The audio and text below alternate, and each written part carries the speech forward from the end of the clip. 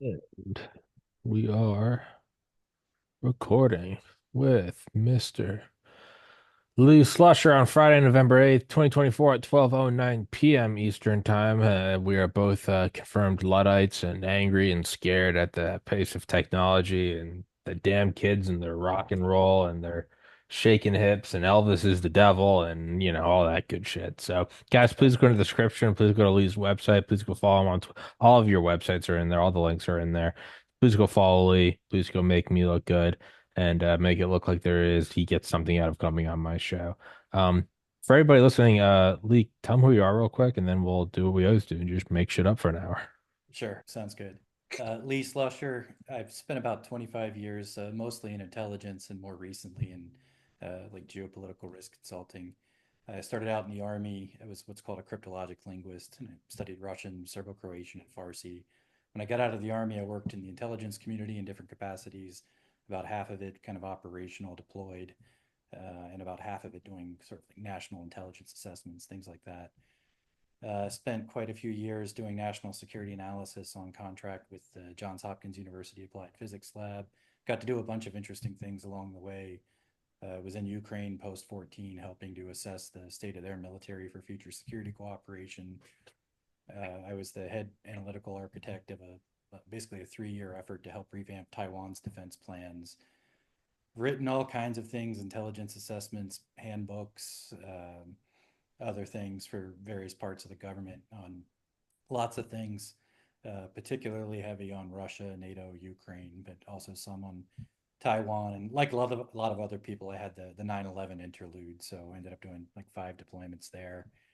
Didn't expect that one, but it happened. And for the past, I guess, 6 years, maybe even today, I've had my own company, PT Consulting. So I'm out here trying to make a living doing it on my own. Absolutely, which is horrifying. And It I is. did lie to you before this. If you can turn up your mic a little bit, that would be helpful. If not, I'll do it after. Um, it's really not that much of a priority. Did you notice the difference here? No, No. I can do it after. I can hear you fine. It's people are Okay. gonna bitch, whatever. Fuck them. Um, what are and again, now that you have the $1 trillion crystal ball, what are the like the immediate? 'Cause, I mean, it is kind of comical that like I think Trump said he's already talked to 70 world leaders.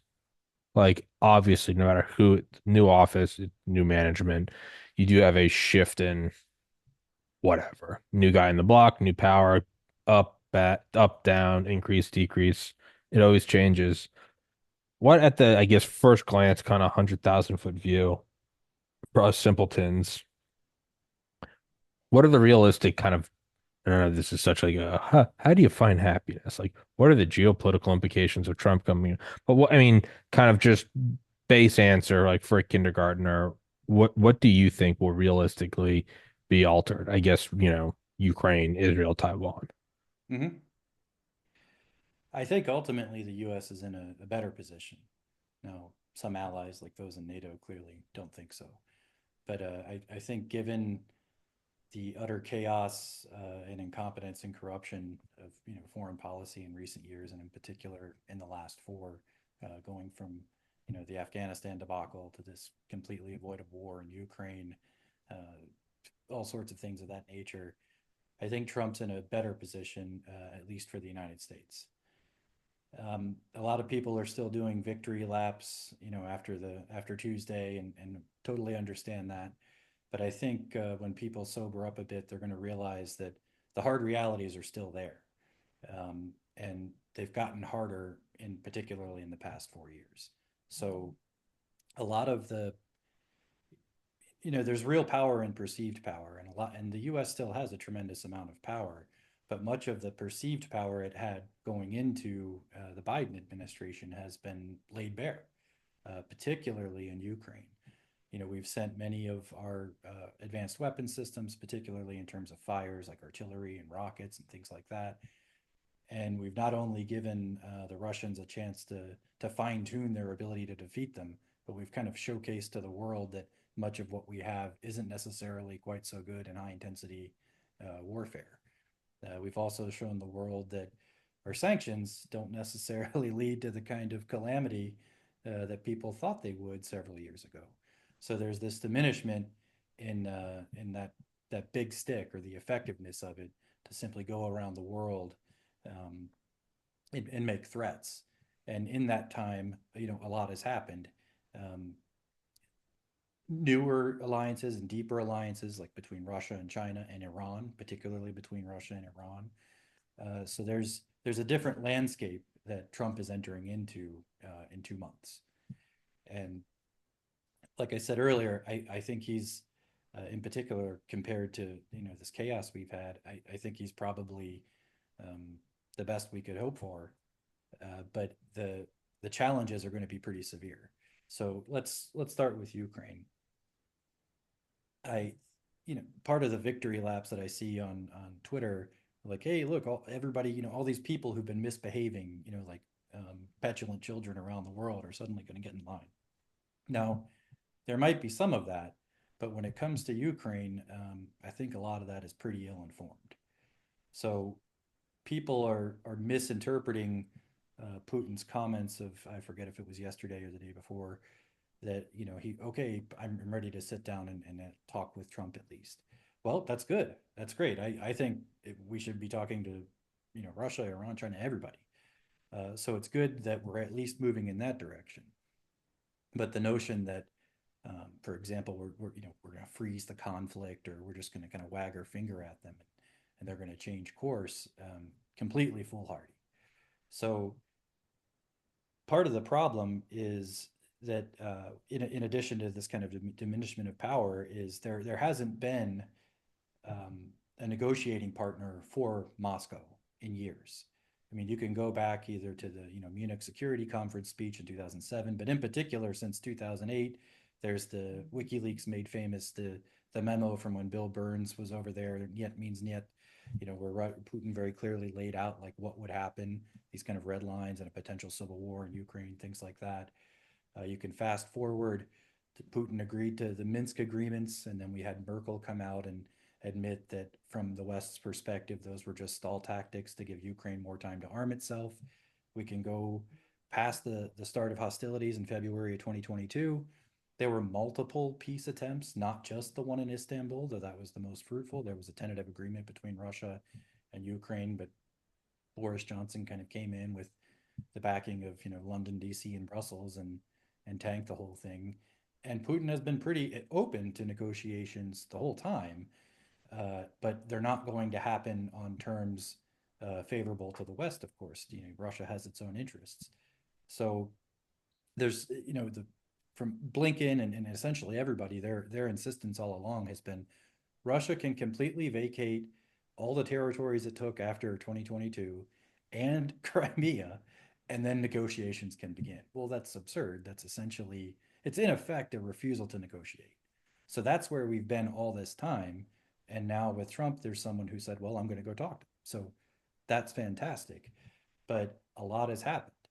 Um, Russia's gone through a transformation here. They essentially had to do battle and continue to do so with the NATO proxy. They had the whole Western controlled financial system weaponized against them, even more so than it had been after the Crimean annexation. And they've survived, and they still have. Um, my view is that Russia is going to not accept any kind of negotiated settlement in which they cannot unilaterally enforce or protect their core interests here. So the idea, like people keep talking about freezing the conflict and some kind of Korea model and all of that. I mean, that's just pure fantasyland nonsense. Because you have to remember what why on earth would Russia give up something that it has the power to defend or to hold here? They've been trying for a very long time to kind of make their voice heard on NATO expansion and in particular a lot of activities in Ukraine. Um, they hold the cards, and that's what a lot of people in the West still fail to understand. The Russian army wasn't destroyed. It's stronger now than it's ever been. It has whatever now 2.5 years of experience in high intensity warfare, which makes it arguably the most experienced army at present in the world in that kind of warfare. They've been doing battle against high end NATO systems. Um, they've reoriented their economy. They've done all of these things to be able to withstand this onslaught. So the notion that they're just going to say, okay, freeze the conflict simply because it's President Trump again, I think is a really unfortunate expectation that a lot of people seem to have. Again, I think I think President Trump's in a good position to try to move forward because this whole situation has been stuck for so long. But there will have to be major concessions. I mean, Russia's not just going to roll over. They still have military overmatch in every category. They have a very large, well supplied, well trained force that can keep fighting for a long time, certainly much longer than the Ukrainians can fight, much longer than the West can supply Ukraine. They can outlast sanctions. So I'd say to the audience, kind of adjust your expectations there. It's good that there will be talks, and but any U.S. negotiators are going to realize that they're going to have to make some tough calls if they want an actual negotiated peace. And those tough calls will have to include things that NATO allies are not going to like. So it's possible that the war just continues. Is it naive of me to just kind of go with like isolationism? Oh, I Like, don't think so. to just be like, hey, like, hey, Russia's not going to give up their land, and be like, all right, well, hey, Ukraine, we're not giving you anything more. God bless. Here is an out. Russia's going to take that and that, and then it's all going to stop. You don't have to send another 600,000 men to the grinder, or don't. God bless. Be well. So I think that's about the best that anyone's going to hope for, really, because again, Russia holds the cards here. So Yeah. we're not going to negotiate on the back foot and win And it's some not big it's not victory. Russia taking half of Florida where we're like, hey, this is our fucking home. Yeah, I I don't don't see Russians marching up the Blue Ridge, so I'm not too I concerned. don't Yeah. I don't want anyone hurt. But at the same time, man, it our country first. People that want to have families first. Veterans first. Your own healthcare and social security and infrastructure first. Like, uh, sorry, but Ukraine is not. Now, if they want to become the 51st state and give us $10 trillion of lithium, okay, maybe. But I don't think they're doing that. So respectfully eat a dick. Like that's me, not Lee. I know Lee's a professional, not, and I'm not. So just So I talk about foreign affairs and military matters simply because it's what I've done for a living for my whole life. But on a yeah, personal level, I care most about domestic issues. yes, And I totally agree with you about like an America First orientation. Um, so that's my personal preference. Again, I'm just here kind of blathering about this stuff because it's my sure, job. Um, but that really is kind of the best that could come out of this. This notion that, oh, well, then that's just surrender or capitulation, whatever. It's going to go that way anyway. Ukraine has people older than I am as their average age of a conscript. They're getting, whatever it is, 35 days of training. They're increasingly running out of a lot of the good munitions. It's been a pretty, despite what you see in the press, this has been a very lopsided victory for Russia.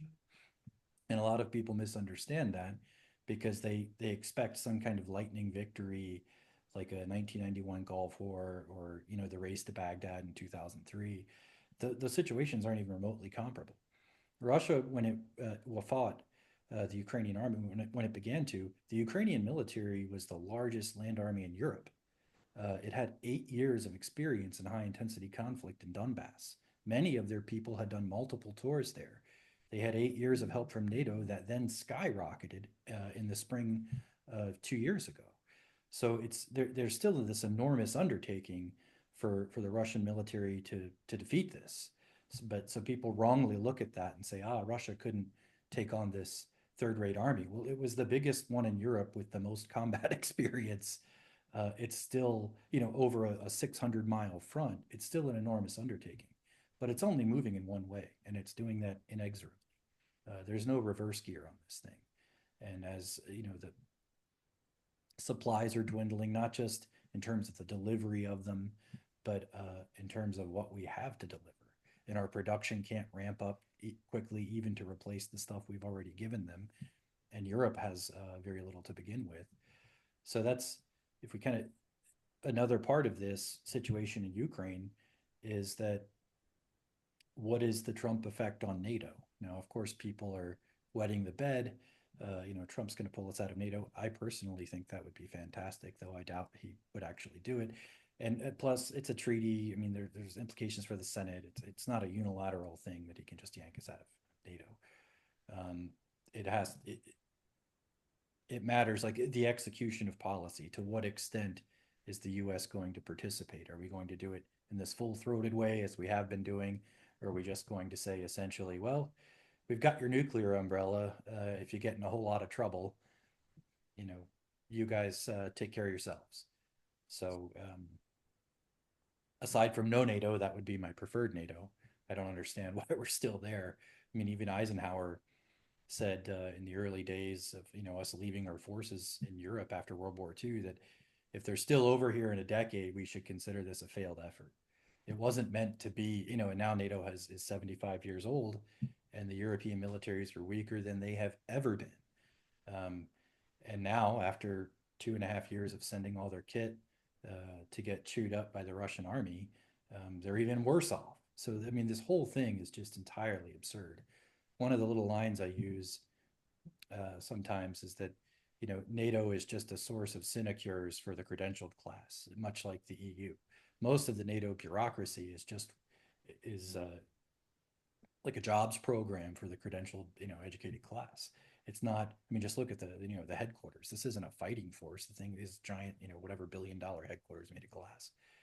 Um, I worked with NATO a lot. In Afghanistan repeatedly, in Europe, here in the States, and the US was always meant to be the heavy lifter in that equation, but it's now all on our shoulders. Yeah. And I just don't understand why. I think the general sentiment that why are we paying for and providing security to countries that have you know healthcare for their citizens and things like that. Yeah. So I think that I'm tying this in, and that any kind of peace deal that Trump might be able to negotiate with Putin for Ukraine will be dramatically in Russia's favor, or else Russia will not accept.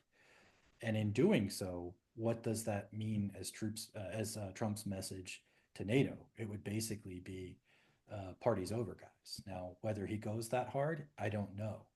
But again, the only outcome Russia would accept is one that is incredibly lopsided in their favor, because they don't have to accept anything else. They can just keep going with this slow grind, and they'll get there one way or another. So again, I have optimism, a tremendous amount of optimism about Trump being back in office in terms of foreign affairs, particularly as an American and as one who has the views I just expressed. But people need to temper their expectations. It's not like he can come in and wag his finger at Vladimir Putin and all of a sudden they freeze the conflict along existing lines. I mean, there there's been this stalemate narrative for a long time, like, oh, these armies are stalemated. There's never been a stalemate, not at any point. I mean, this is just a lie. Like I said, there was the initial problem in 22 of the Russian army going in too light, and honestly, that force almost succeeded, because the goal was to get an agreement with Ukraine, and they had one in Istanbul in April of 2022. It was, hey, we're going to send a force in there to show you we mean business, and then we're going to have an agreement. You're not going to join NATO. You'll be demilitarized to a certain extent. Basically, have like a glorified gendarmerie. Um, and then the proxy war came, but um, that's it's not. Russia's position is simply too strong. So everybody observing this needs to understand that they can just they can achieve all of their goals militarily if they have to. And the other element here is I think there could be much greater trust and a better working agreement. Well, let me retract the word trust. I think there could be a working agreement between Putin and Trump, particularly because they had one before. But there's no trust left on the Russian side for the West, period. Um, Particularly, after, like I said, Merkel essentially admitted that Minsk was a way just to buy time to rearm, and then they had an agreement that could have stopped the war a month into it or a month and a half into it. in the West kind of came in and sabotaged it. So they have no reason to trust. And then there's also a couple of other considerations. Trump only has 4 years. Hmm. We don't know who's in office after him. Also, as Trump himself has said, he acknowledges that he got sabotaged by a lot of the people in his own government.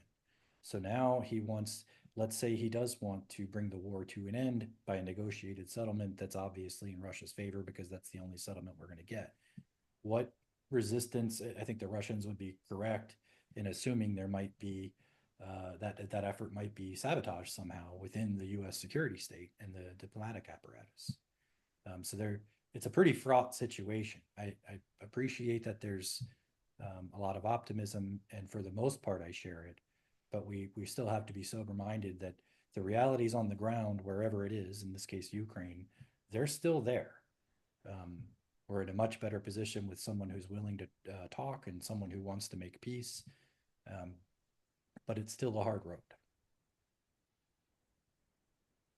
And you're gonna I tell think that everyone where? No, you're gonna tell everyone to find you. I have windows open downstairs. It is so fucking cold in here. I'm gonna go shut the windows. Lee, tell everyone where to find you. I think your Twitter's in the description. Tell them where to find the rest of you. Yeah, one sec. Um, at Lee BT Consulting on Twitter. So that's Lee, B as in Bravo, T as in Tango Consulting. And my website is lee-bt.com. And Substack is deep dive with leeslusher.substack.com. And I think Tommy will be back with us in a minute.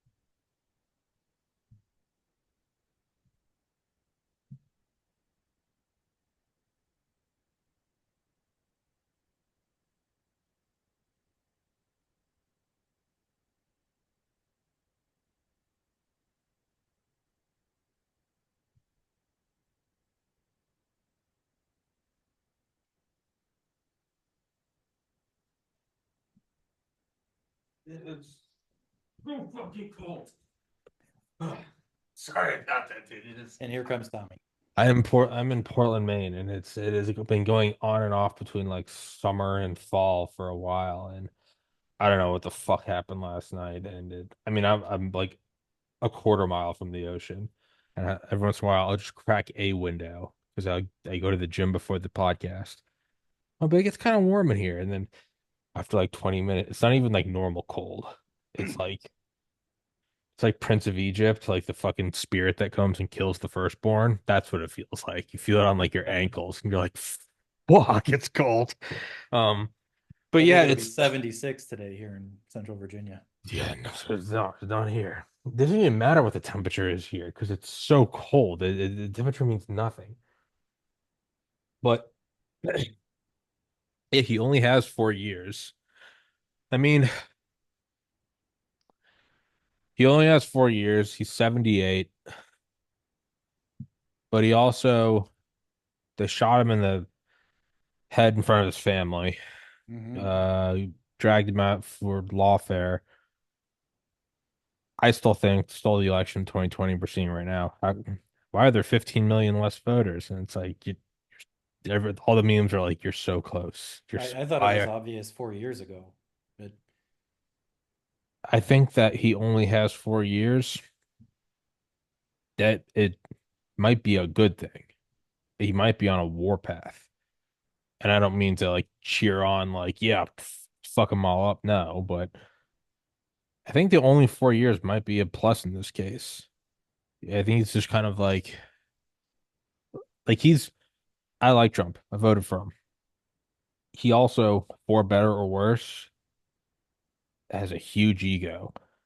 And I think at this point he's like, they fucking stole it from me. I'm going in there and I'm gonna win. I mean, you know, as Tim Dillon says, this guy lives in a golden palace in the sky in New York and eats McDonald's on Air Force One. Like he's the most American man that's ever lived. sure. I think he's going in and it's going to be vicious. So I don't know, but I mean, Well, I think so too, but I think that that wrath will be focused on the administrative state. yes. Um, No. I don't mean Russia. yeah, That's not what I mean at all. Not Russia. I mean here.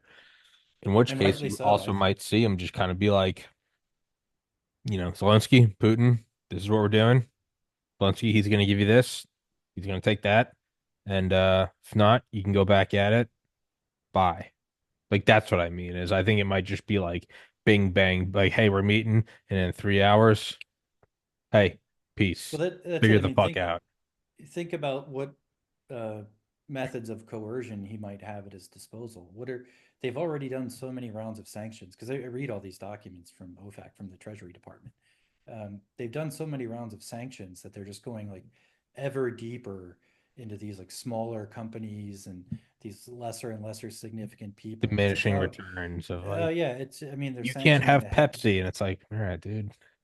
yeah, they're just doing it. They're kind of scraping the bottom of the barrel there. What else are they going to do? Promise more military equipment we don't really have and cannot build in a fast enough for it to matter.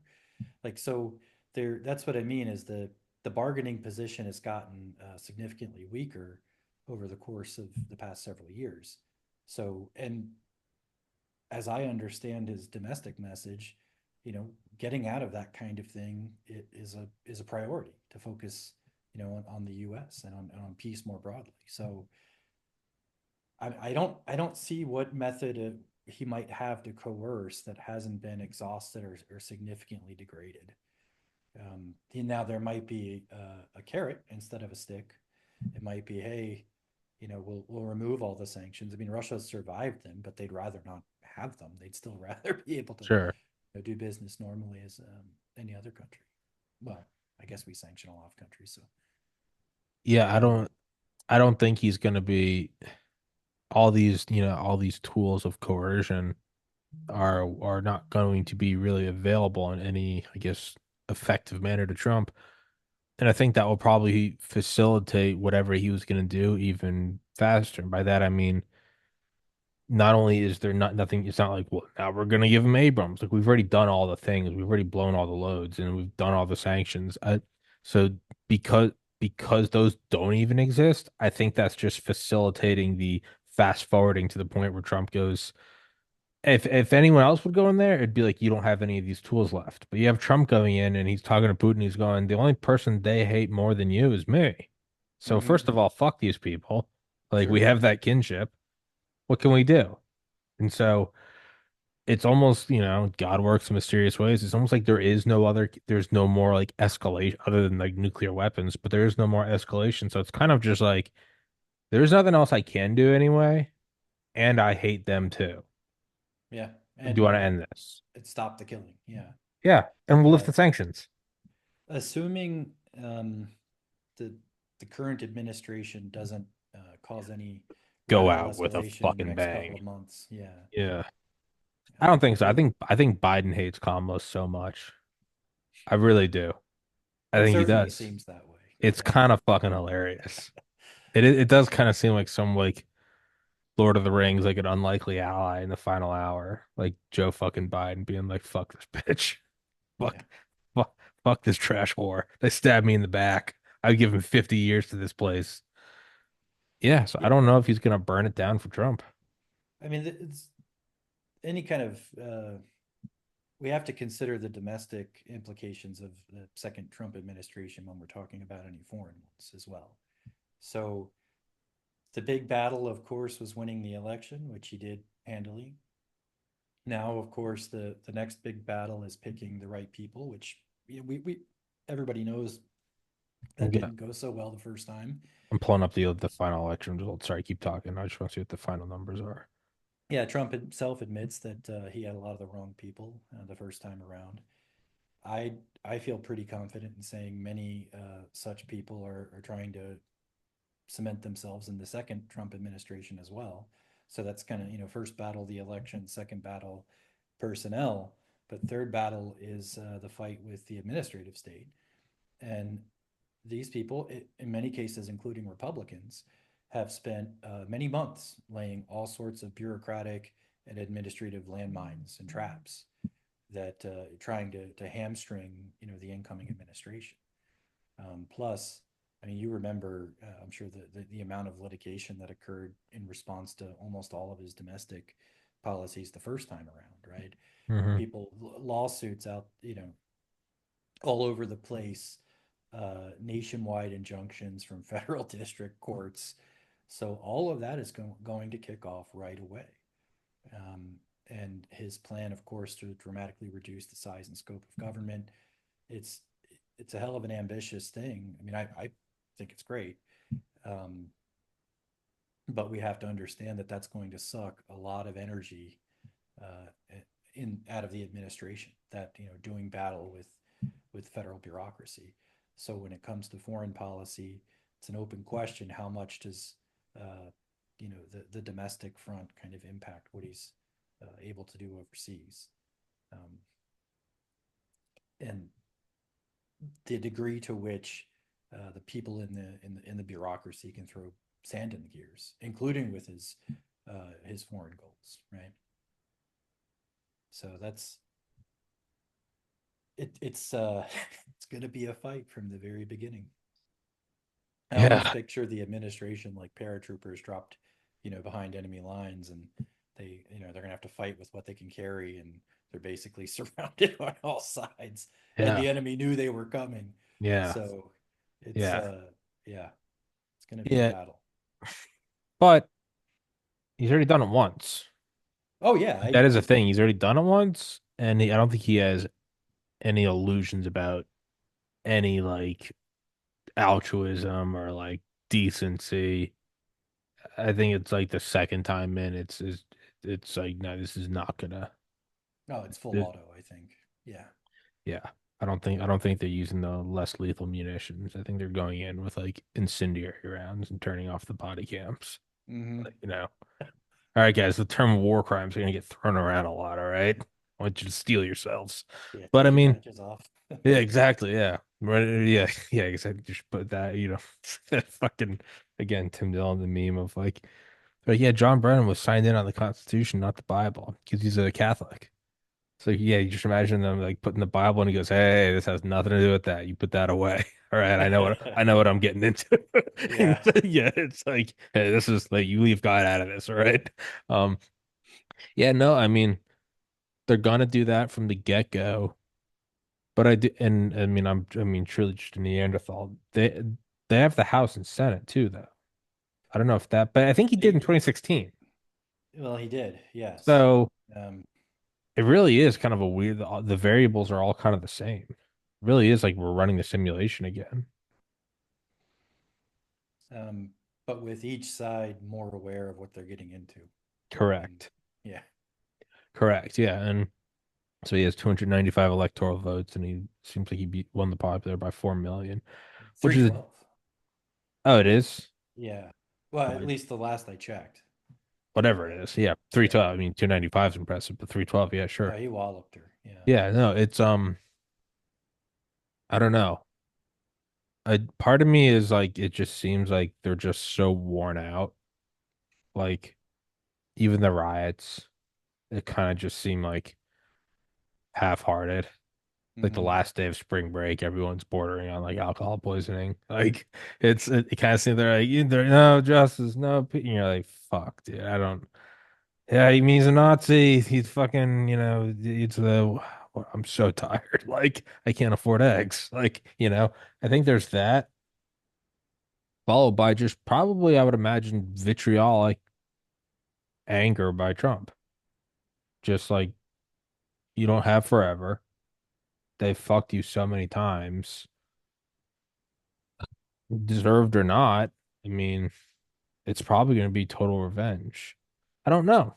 And it might also be that I have no idea how much like the popular will really even matters. Because I'm not privy to it and I'm 34 and unexperienced, but I wonder how much of it's like everyone saw what happened to him. It wasn't just that it happened to him. Everyone saw it. And they saw what the last 4 years were, be it vaccine mandates, be it censorship, just the complete just discarding of Section 230, the discarding of the southern border, the discarding of any sort of fiscal. I mean, I know fiscal responsibility. I know it's all kind of dog shit, but I mean, really just lighting it on fire. Hmm. It seems like there's probably a decent amount of like unofficial mandate of like, yeah, I think he could do things starting January 20th that had he done 8 years ago, people would be like, hold on, this is not good. This is tribalism. I think it's been 8 years for it's just gonna kind of be like, yeah, no, it's you go for it. Get things I don't going. know. I have no idea. Well, I mean, the first time around, there's all this talk about the chaos of the first Trump administration. And admittedly, they even admit they went in there ill prepared, didn't have the right people. There was even that kind of crazy moment, quote of Jared Kushner at the inauguration asking some of Obama's people, like, how many of you were going to stay on? But, like, by virtue of asking that question, revealed how little, they understood about the situation. Like, the Yeah, answer is we're not. Um, so there was that, but I think a lot of the chaos that people talk about really was engineered, and the same people will try to engineer it again. The outrage among large sections of the educated class, news and entertainment media, academia, and all the rest of it, and the political establishment in DC. Um, I think it'll be outright chaos from them again. really. Oh yeah, 100%. If it doesn't look like Dems are going to hold the House. The last I checked, I know there's still a bunch of vote counting going on in a handful of races. But like for example, if they have the House, they'll impeachment proceedings like as soon as they have an opportunity. Like they'll find a reason right. Um, they're gonna resist and throw sand in every year they can. That's my take. And then there's the issue too of confirmation hearings. So there's something like 4,000 presidential appointees in an administration, about 1,000 of whom require Senate confirmation, and those, of course, are the more important ones. So, there'll be trouble there. Um, yeah, I think it's going to be kind of all. Or there's also the question of certification on January 6th. We've had Jamie Raskin going on around pledging that he and others would refuse to certify the election. Um, On what basis? that I think his argument is I don't recall if it's the 13th or 14th Amendment, the one that they tried to use to keep Trump off the ballot, that said he's an insurrectionist and so therefore he can't take office. So they're basically not surrendering that argument that courts haven't bought off on, for reasons that a lawyer should explain, because I would do a poor job of it. But that's one of. I mean, really, they just need a reason. Um, the but here's my. I know we're not talking geopolitics here, but I don't think it Okay. matters. Um, I think Trump could have come in 2017 and really punished people the way that a lot of his supporters wanted him to do when he was on the campaign trail in 2016. He could have locked her up. I mean, he could have gone after Comey and a bunch of other people. My take, and I know, look, if we're talking about Trump and you're not, calling him a fascist, then people already think you are already going to dismiss you. So I'm not worried about those people. Yeah, I don't But care.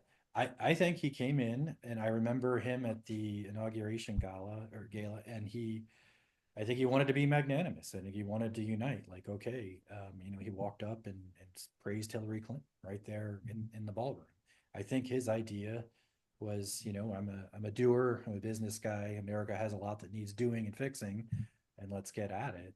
And then he didn't understand how I think he insidious. underestimated just how vitriolic and 100%. slimy.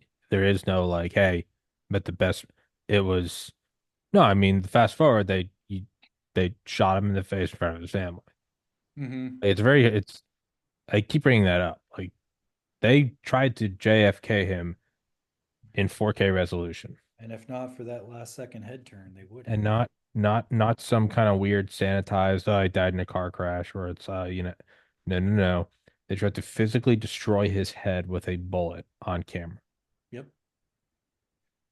The, if you go in forgiving, I'm sorry at that point. I kind of I not only do I question your backbone, I question your self-awareness as like a conscious being.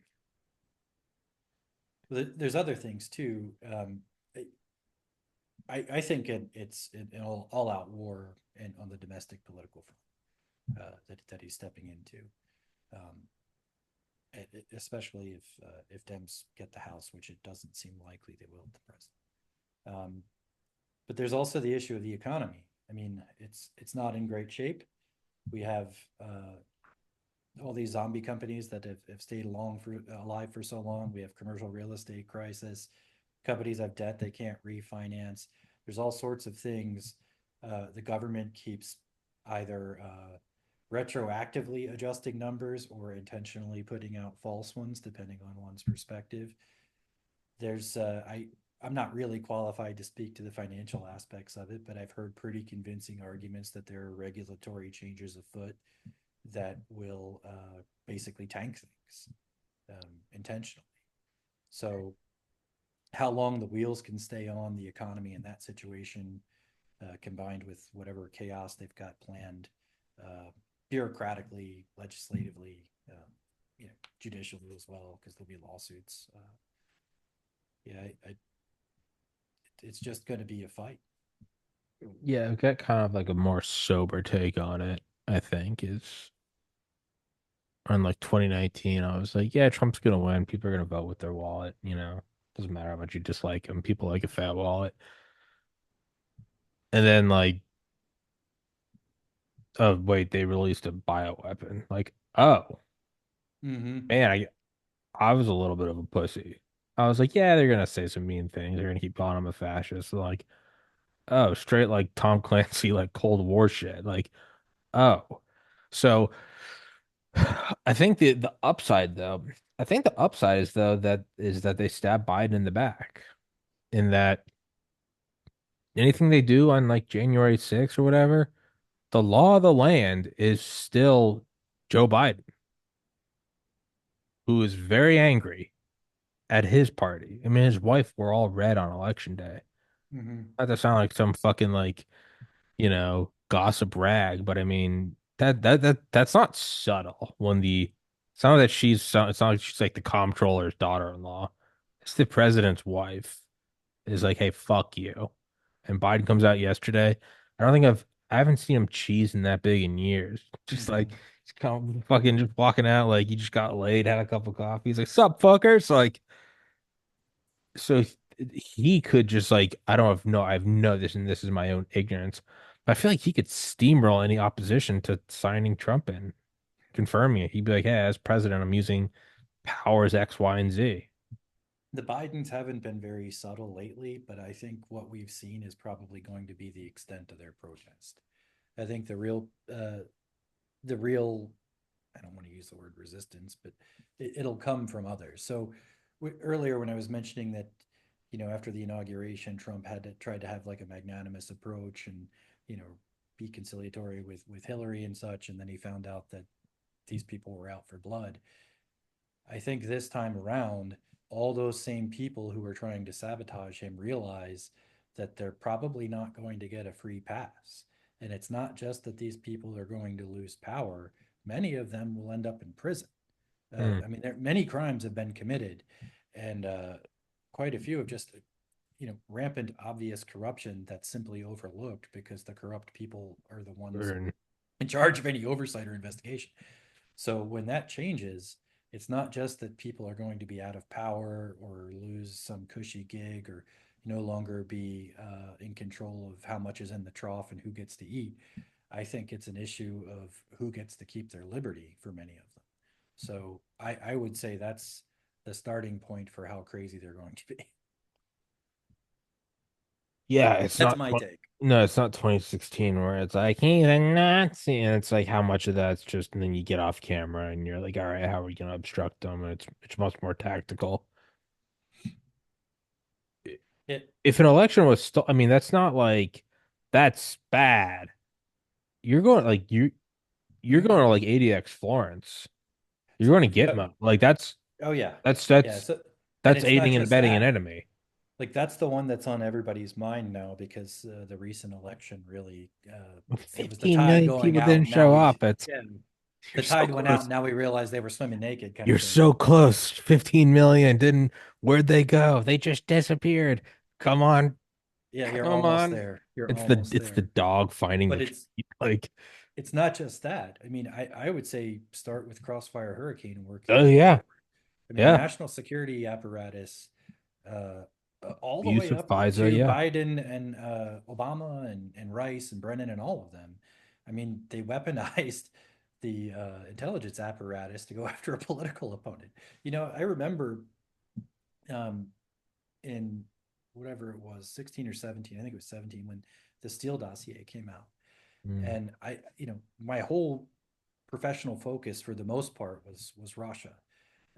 And at that time, and I read this thing because the news people were going berserk, and I downloaded what I thought was the Steele dossier, and I was like, this is absurd. Like this is clearly trash. There's all kinds of errors. This isn't some convincing dossier. I mean, it's just nuts. So I thought I had downloaded the wrong file. I spent an hour or two scouring the internet trying to find the real dossier before I understood that I was actually looking at the real dossier.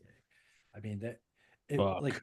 they claimed like there were consulates in America where they don't even have consulates, and there are all kinds of other ludicrous things, and it was supposed to be some high-end intelligence assessment and things like that. So yeah, Crossfire Hurricane, all the Russia stuff, the COVID lies, the stolen election, what happened with the Secret Service in Butler, Pennsylvania back in July. That, Like the yeah. there's a mountain of things that could basically require us to build new prisons. No, I mean, but I was thinking that the other day. Like, it's not the general sort of like you go to war with the other side and then you win and you do the handshake and in general it's like yeah, Obama's not coming in and convicting an ambulance outside. It's not like Obama's coming in and convicting Bush and Cheney, even if he, morally should. There is some tact to like that's bad for the country. Like I get it. I understand it in an abstract manner. Um, but something like Butler, like these aren't like pearl clutching where the Republicans and the Democrats, and you get in office and you're like, hey, drop it. We did that. That was for the campaign. This is legitimate, like a guy got 100 yards away from the president flying a drone with a rangefinder, and a cop went up and saw him with a rifle, and he had a ladder. Like this is this is me coming back here, and there's like a roofie in my drink, and it's fizzing. And I'm like, there's like one person in this else in this apartment. I'm like, hey, fuck is that? And it's not just like a roofie, it's cyanide. There's no like, you shouldn't do that again. That's like me loading my gun and being like, what the fuck is this? Like that I mean that's insane. And that was 3 months or no, July. So that was fucking was that 4 months ago? Almost 4 months ago. There's that. All things related to COVID, all things related to vaccine, all things related to election. I mean, this is Like these aren't kind of the fringe like you were pro trans, pro, or it's just, whatever. It's attention grabbing, it's headline seeking because the lowbrow voters go for it. That's legitimately you tried to the election was stolen. There's 15 million missing people, and you tried to shoot a presidential candidate in the face. Those are two things where like you cannot reconcile with that. Those are actions that need to be met with overwhelming and unforgiving force, just rationally.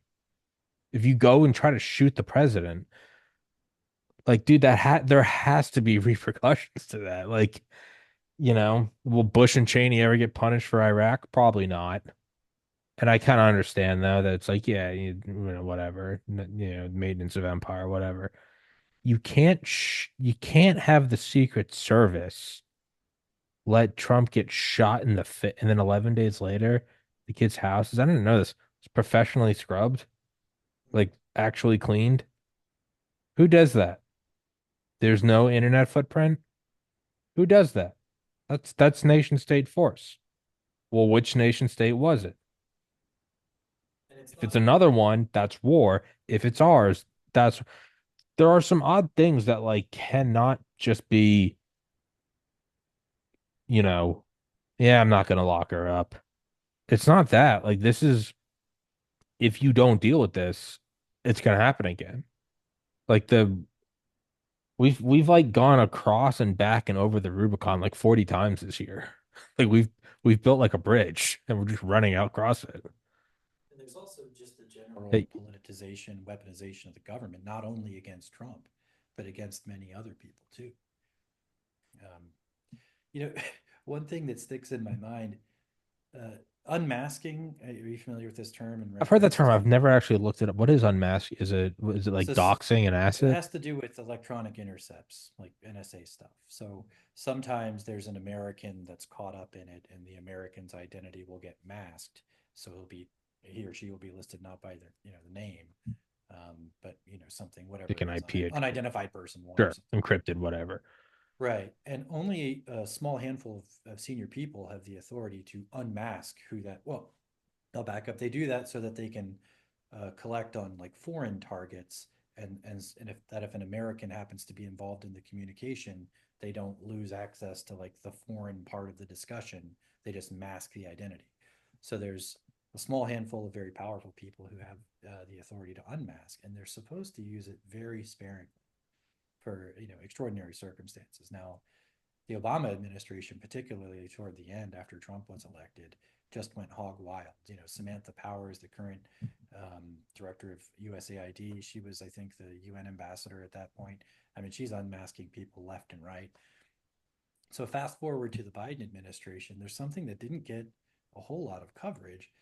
Tucker Carlson, they when he was trying to arrange his talk with Putin, and this was like probably a year before the actual interview. I don't remember exactly. So someone unmasked him and then shopped the story around to journalists. That he was some kind of Putin stooge. Look, he's talking to Putin when clearly he just wanted the interview. But my point is this: for anybody who's kind of from that world, unmasking is supposed to be extraordinary.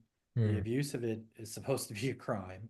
And then not only that, but the information left that building, that secure building where things like that happen, and went out to journalists where they were trying to shop it around and say, aha, look, you know, excuse me, Tucker's trying to, speak with Putin.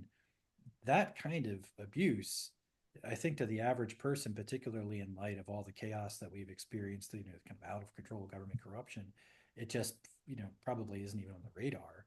But as someone who worked in that world, that is a big freaking deal. Yeah. Like that people should be in prison for this.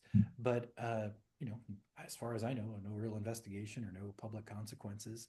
So it's like that kind of thing, this complete weaponization and politicization of the government, in particular the national security state, taking place at a time when technology makes their ability to do those things even easier, even more widespread.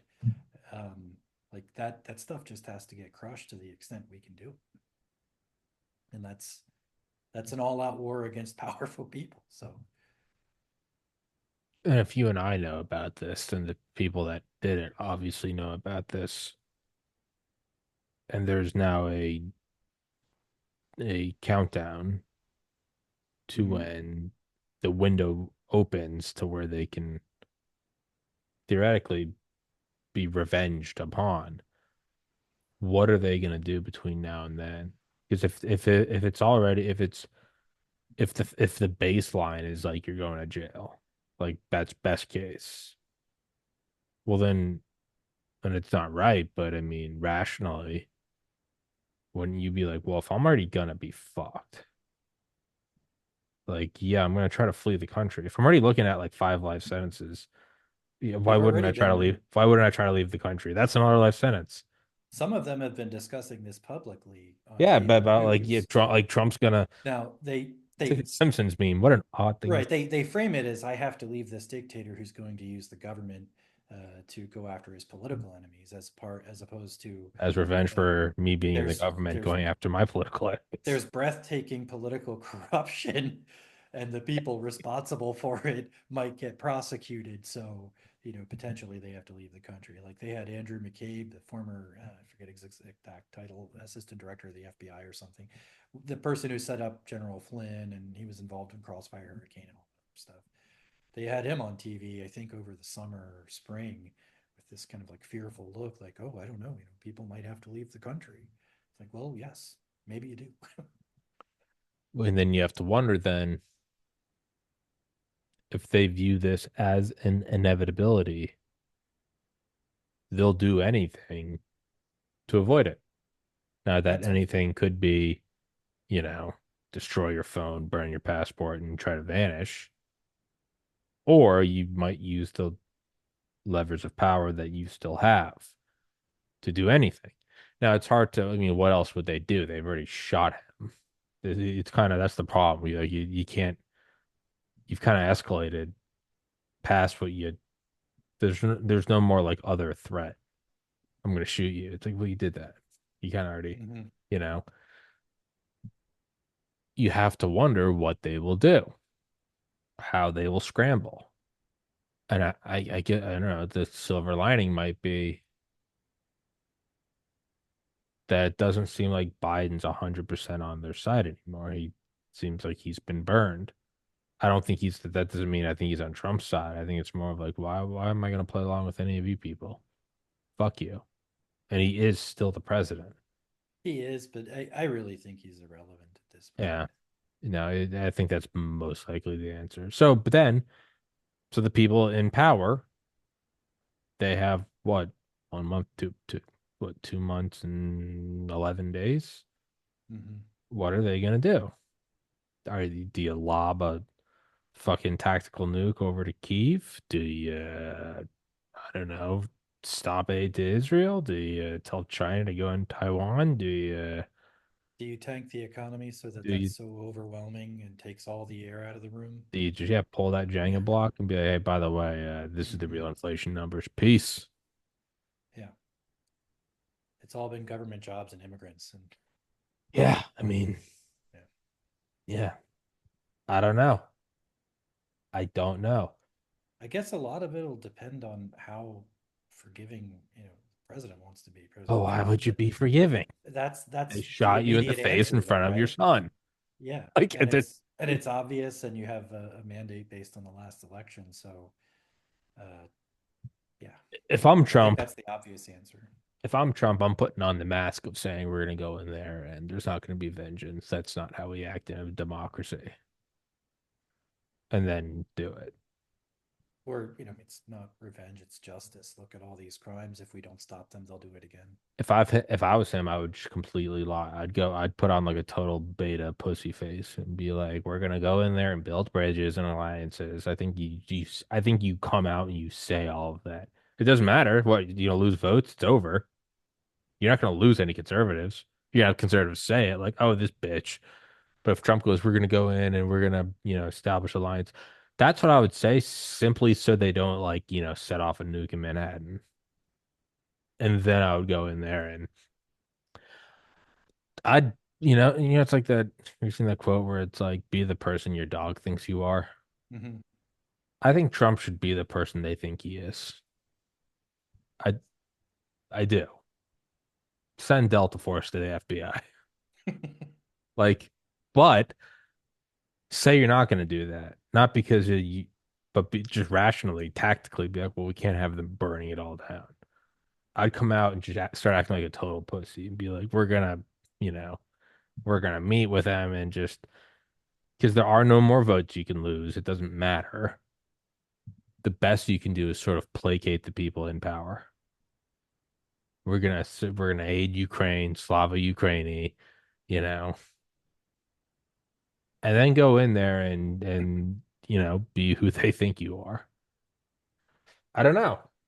That's how I would do it. I would pretend like I don't want any trouble and be like, we're just gonna say a bunch of platitudes. We're gonna get America back to work and all that shit. And yeah, I don't know. And then send Dev Grew to like Eco Health Alliance. I don't know. We'll we'll see who the attorney general is going to be, or the nominee. I think that'll be. Trump gonna tap you for any positions? Oh, I have no idea. I don't think he knows I exist. I'm Damn it. not a I'm not a political insider. Fuck. I was hoping you were my ticket in. I was trying to blackmail you. Yeah, I don't know, man. It's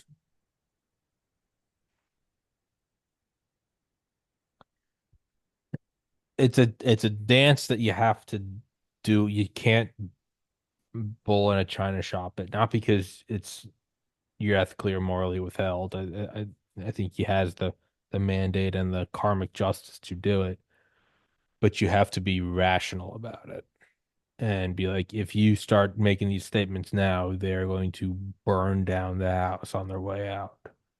You have to, and it'll look like shit. You'll look like a pussy, but in 2 months, you'll be completely vindicated.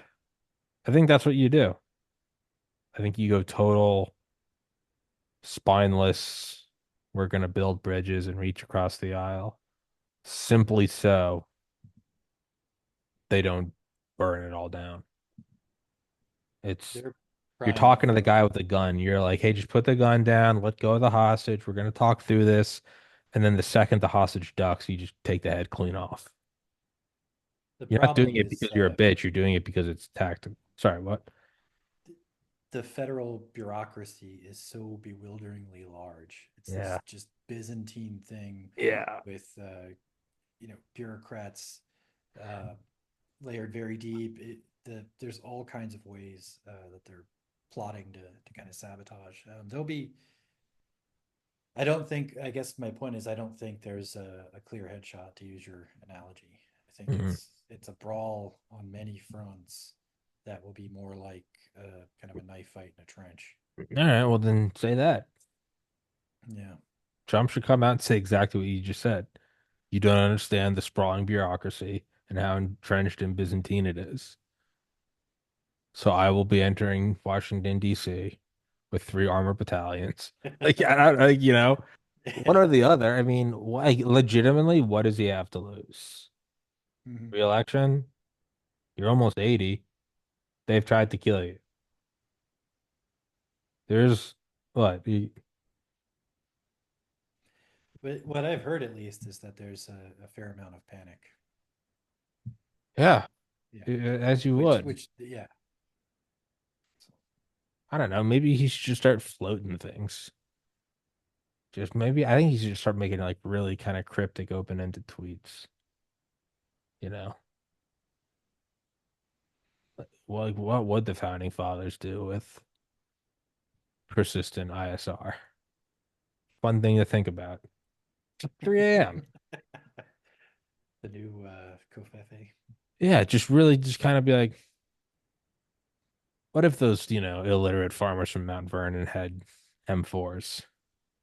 What a fun idea. Like just kind of, do you know what the blast radius of a modern thermonuclear weapon is? Crazy. Just like, I don't know, really just kind of floating it. That's what I would do if I were him. I would just, yeah, start selling madness. Why not? That's also perhaps why I'm relegated to a podcast and not sitting in the halls of powers because I clearly don't have the ability to be measured. I can do that because there's really no implications to me and my little fiefdom. Um, but I said we wrap this up. I didn't even realize we've gone for over an hour. Um, yeah, I said we wrap this up. Dude, as always, I appreciate your time, man. It's fun as fuck. It's good to get you back on. And Yeah, thank you. Appreciate your time as well. yeah, and again, just like legally and professionally, I don't speak for Mr. Slusher. I'm reckless, and he's a businessman with a family. All right, so anything I said is me. All right, I don't want that on you. Um, but yeah, man, I don't know. All jokes aside, I mean, I hope it's as uneventful as possible. I hope the next 4 years are. I hope the next 40 years are. I hope the next 40 years are as boring as humanly possible because that's probably the best thing for the greatest number of people. That's what I. Probably, but I think we're going to get the opposite. No, I don't think we're gonna get that. No, no, no, no. That's what I want. Yeah. I also want a lottery ticket. I would like a Lamborghini. I would. There's a lot of things I would like. What I think is gonna happen, if beep, redacted. That's legally, that's a. Yeah, I don't know. I don't know. It's gonna be fucking great though. The memes are already so good that to me, whatever happens is kind of okay. The memes have just been so great that, The memes made it worth it. I'm kind of okay with whatever's on the other end of this scale. No, Maybe it, you I'm know, pulling for the administration. yeah. There's just so much out of control corruption, It, dragging us into wars. Like I'm rooting for Trump. you can't really make it a whole lot worse. Like, what do you start World War III? It's like, yeah, we're trying to tiptoe back. Um, but yeah, I gotta go get some groceries before my next show because I'm retarded. So, Lee, dude, thank you for your time, guys. Please go in the description. Please go follow him on Twitter. Follow that shit. Use him. He's a cool guy. Lee, thank you so much, dude. Thanks, Tommy. All Talk to right, you later. brother. Guys, you have a wonderful day.